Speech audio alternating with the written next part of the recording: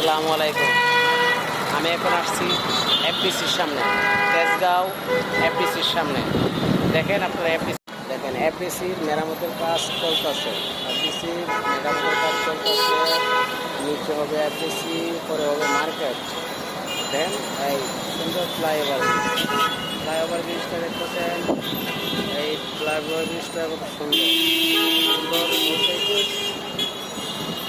এই এটা গিয়ে গেছে কারণ বাজারের দিকে গিয়ে গেছে কাঁঠাল বাগান পৌঁছে গেছে। আর এটা এইভাবে এই করস সোজা চলে গেছে মগবাজার, গুলিস্তান, মালিবাগ, মৌচাক, সদরঘাট।